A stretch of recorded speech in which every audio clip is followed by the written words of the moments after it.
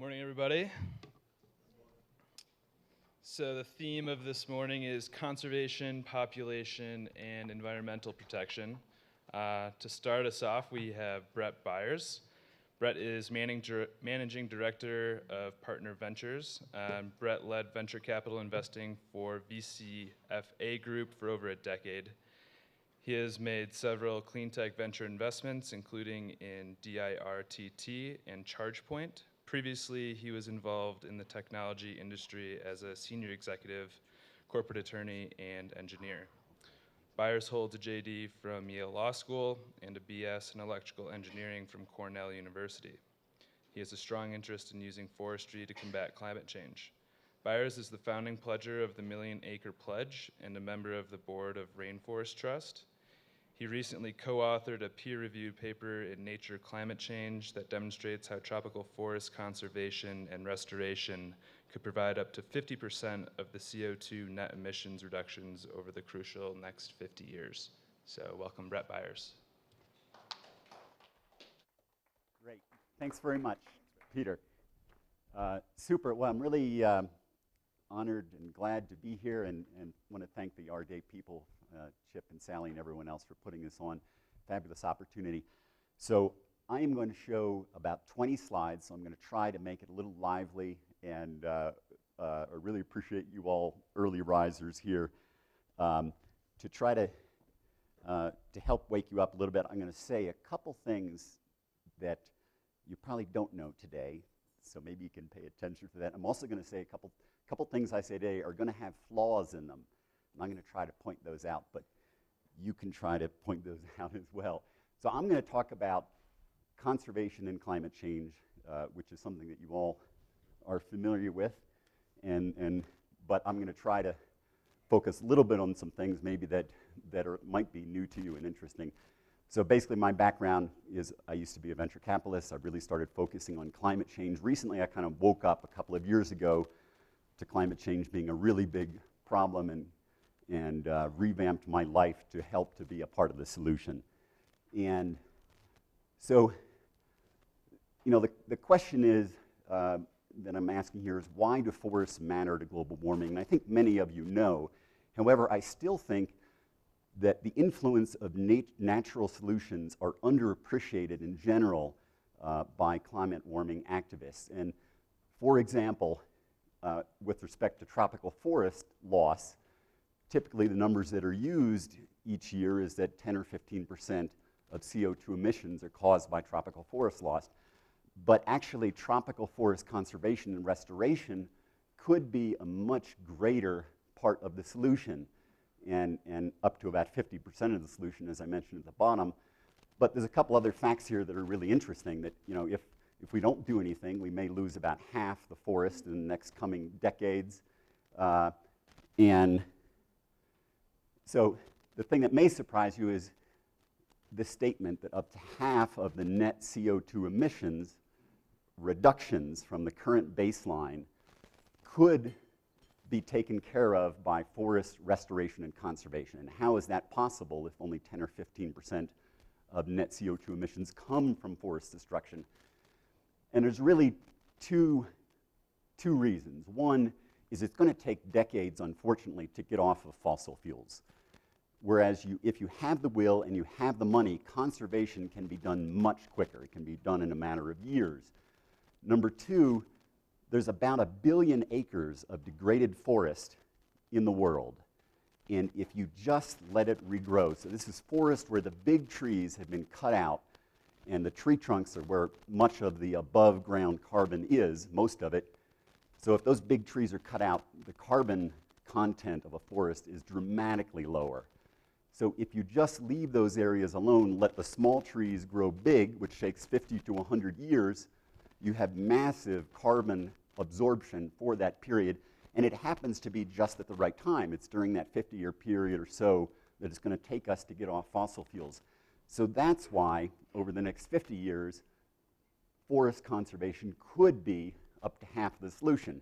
Now, there are some flaws in this argument. I'm only talking about CO2 emissions. I'm not talking about methane. I'm not talking about other greenhouse gases. And I'm only looking at two parts of the solution, which are fossil fuel reduction and and forestry. So I'm ignoring carbon capture solutions such as were discussed yesterday.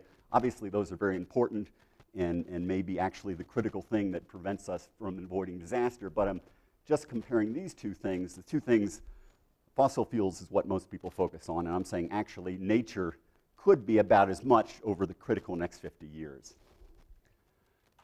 And here I sort of show some of the differences that can be done. Let's say if you just ignore forest conservation, you just keep going like we are, or if you do a massive effort to basically stop forest loss within 10 or 15 years and allow degraded forests to recover, these are some of the differences that can happen as shown on this, and it's basically the peak CO2 levels might be lower by as much as 50 parts per million.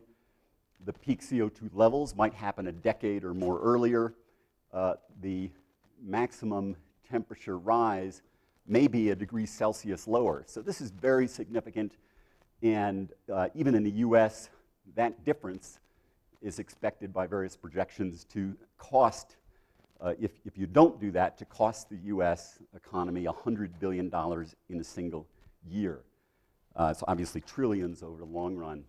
So am I saying, some people say, Brett, are you saying we should stay on fossil fuels and just do forest conservation? And the answer is absolutely not. We have to get off fossil fuels.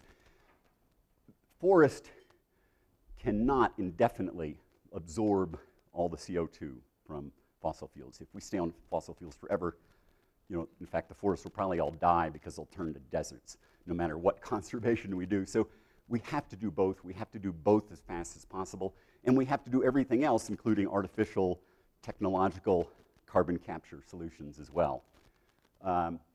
But forest conservation is really cost effective. And it's really some of the low-hanging fruit in the global warming battle. And of course, there's a lot of co-benefits to preserving wildlife, preserving indigenous people's livelihoods that depend on forest. But here I show that there are actually direct conservation projects that conserve forests for as cheap as $1 an acre, that there are a number of UN REDD+ projects that are generally priced at about $5 a ton of avoided CO2, and that's really quite inexpensive compared to other options. And so the Million Acre Pledge, what the Million Acre Pledge is, it's kind of like the Giving Pledge, and this is something that I started. I took the pledge myself with my wife about 3 years ago when I kind of woke up to global warming being a big problem. And I basically, I had retired from my prior venture firm, although I now work for another one, but I had some time and I realized that global warming is a big deal and that forestry and conservation has a big impact. So, and I thought it was a little neglected, so I pledged, my wife and I pledged that we would finance efforts to conserve 1 million acres of tropical rainforest, which we now have fulfilled. And so I've now started this thing called the Million Acre Pledge, which is kind of like the Giving Pledge in that all it is a pledge. This is not an NGO that is doing direct conservation or doing anything. It just is taking the pledge and verifying that pledgers are meeting the pledge and progressing over time. And obviously helping pledgers find ways to do conservation if they need that help. But basically, I mean, imagine if you had 1,000 million acre pledgers. Theoretically, that could save 1 billion acres of forest. Now, there are flaws in this, okay? Frankly, the low-hanging fruit is going to come off the table first, and it's going to get more and more expensive as you preserve more acres. So, but nonetheless, it can make a huge difference. And this is really something to motivate individuals, corporations, and foundations to give a lot more money to conservation, first of all, and folks that maybe aren't giving that much to conservation, but are really concerned about global warming, but not really conservation focused, to take a big financial pledge and give a lot to conservation. And the 250,000 acre pledge, which is the entry level, is actually a really compelling value and is within reach of many folks. I guess you have to be a billionaire to take the Giving Pledge, but you don't have to be a billionaire to take the Million Acre Pledge, and I am certainly not a billionaire. So at the 250,000 acre pledge, at $1 an acre can be as cheap as $250,000. If you get a tax benefit from a charitable donation, then it's only half that. And I like to point out that's about the cost of a Tesla. Now, I actually am a huge fan of electric cars. I have 2 electric cars. I have a huge solar array on my house. So you got to buy an electric car. You got to put the solar array on your house. There's lots of things you have to do. But also, for those who have the means, I think taking the Million Acre Pledge is a great thing. And it can be fulfilled over a couple of years. And in, for example, 250,000 acres of intact tropical rainforest, you have 50 million tons of CO2 sequestered. And that is as much CO2 as it would take 10 million cars to emit in a year, or as I say here, the 2 million cars in Colorado would take 5 years to emit that much CO2. So now, of course, that rainforest is not necessarily going to be cut down tomorrow, but it's endangered. And you know, as I say, in a couple of decades, we might lose half the remaining forests in the world. So you know, this really is a very significant impact that someone can have for a relatively small amount of money. And this is just kind of a screenshot of the Million Acre Pledge main website. So this has really just been launched. I've really started marketing it aggressively just a couple of months ago. And you can see there are 4 pledgers on there. You can see that there's a legacy pledger, which are Chris and Doug Tompkins, who of course famously, and unfortunately Doug has passed away recently, but they famously bought 2 million acres in Chile and Argentina and have put it in conservation. So they've already met the pledge, but they've agreed to join it basically to inspire others. And then there's other folks here. The other 3 on there are people who have done this recently. They've recently made contributions. And actually, I'll just go back to it. Just to give you an example. Whoops. There you go. So now corporate partners can also have a huge impact.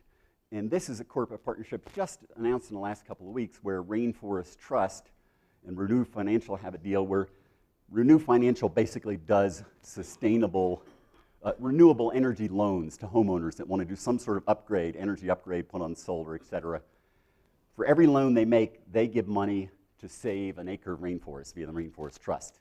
And so you know, I think that renewable energy companies can not only reduce CO2 emissions by cutting fossil fuel emissions, they actually can help with forestry as well and have a double impact. And in this case, I can tell you the cost is very low and it has almost no effect on their profitability. So they can actually have a huge impact, and they may actually be able to take the 250,000 acre pledge within a couple of years. Let's see. Great. So I'll just make a quick, now actually let me back up. I want to say there actually are 2 pledgers who have verbally committed to the Million Acre Pledge, and I'm really happy to say that one is Trammell S. Crow, and Trammell S. Crow, of course, who you guys may know, puts on the Earth Day Texas event. And I went to Earth Day Texas in April and had a Million Acre Pledge display and a Rainforest Trust display. And because of that, I had so many contacts from meeting people that I actually spent the next 2 months traveling the country recruiting Million Acre Pledgers and raising money for rainforests just from the people I met at Earth Day Texas. And in fact, 2 of the people that I spent time talking with at Earth Day Texas have agreed to take the pledge, including Trammell.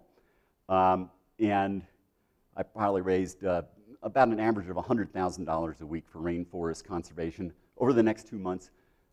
And I believe it all started because of Earth Day Texas, and I was just hugely energized by the activity. And in fact, I made a venture capital investment from a company that I got introduced to at Earth Day Texas. And in fact, I'm here because I was at Earth Day Texas. So I want to make a great pledge for Earth Day Texas and for Trammell Crow, who's doing fabulous work and is lending his name to this effort to save rainforest.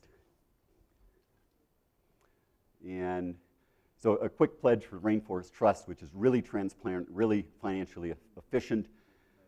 On the Rainforest Trust website, you actually can act like you're a huge foundation, even if you're a $5 donor, because you can give to specific projects restricted money.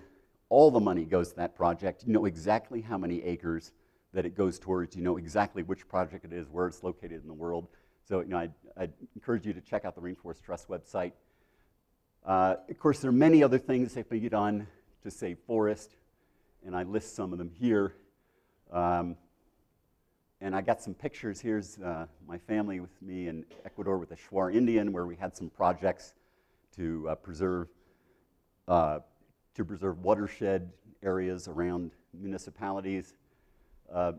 This is with the president of the Rainforest Trust, Paul Solomon, and also Leilis Rivera, who's the president of SADIA, Rainforest Trust local partner in Peru, via which I supported 2 major projects that were preserving indigenous areas and also establishing a national park. And this is in the Mutses area. And here's some more pictures with me and Paul and Leilis planning a future project, a guard station with some of the indigenous folks who are guarding the area. This is my favorite animal in Peru. I happen to like insects, and that was a nice millipede. So, and here, I'd love to say that trees are a great carbon capture and storage device that is perfected by millions of years of evolution. And we should use this. We also should use some of the technology mentioned yesterday, but we should use these trees and preserve forests and grasslands and mangrove areas and other areas that can sequester lots of carbon. Super. Thanks very much.